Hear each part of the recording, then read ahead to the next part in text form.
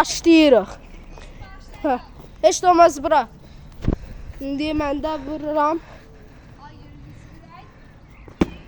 Hayda. Top boş deyil, yoxsa yaxşı vuraram. Vursun görək.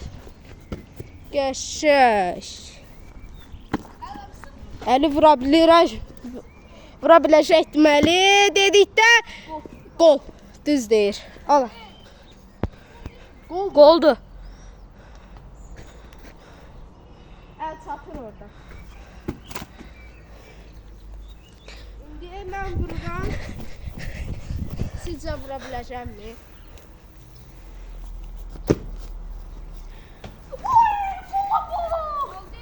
Goldur. Goldur. Goldur. Goldur. Ey sen onu yıktın ey. Yaxşı gol olmasın. Səni. Əli gətir görək topu. Hadi qəşəng.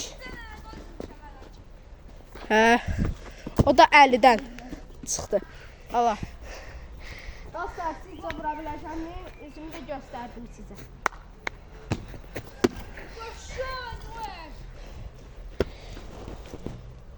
Hara vuracağım bir hesablayayım.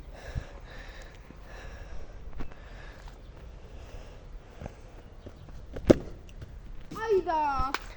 Yaşayı hesabladım.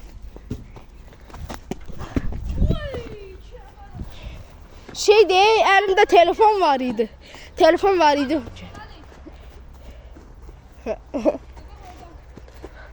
Görək vurabilir mi? Vurdu! Gol değil. Əli ver görək. Yaşar. İndi alamını tut.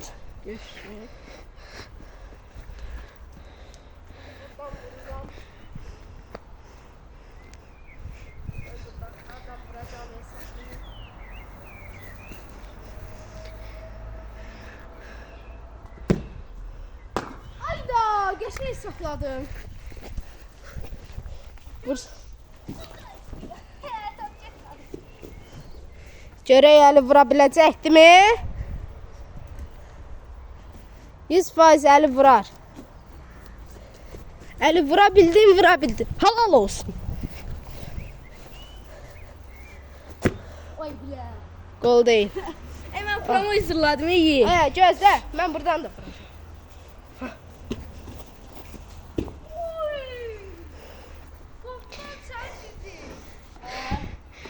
Yusuf vurur.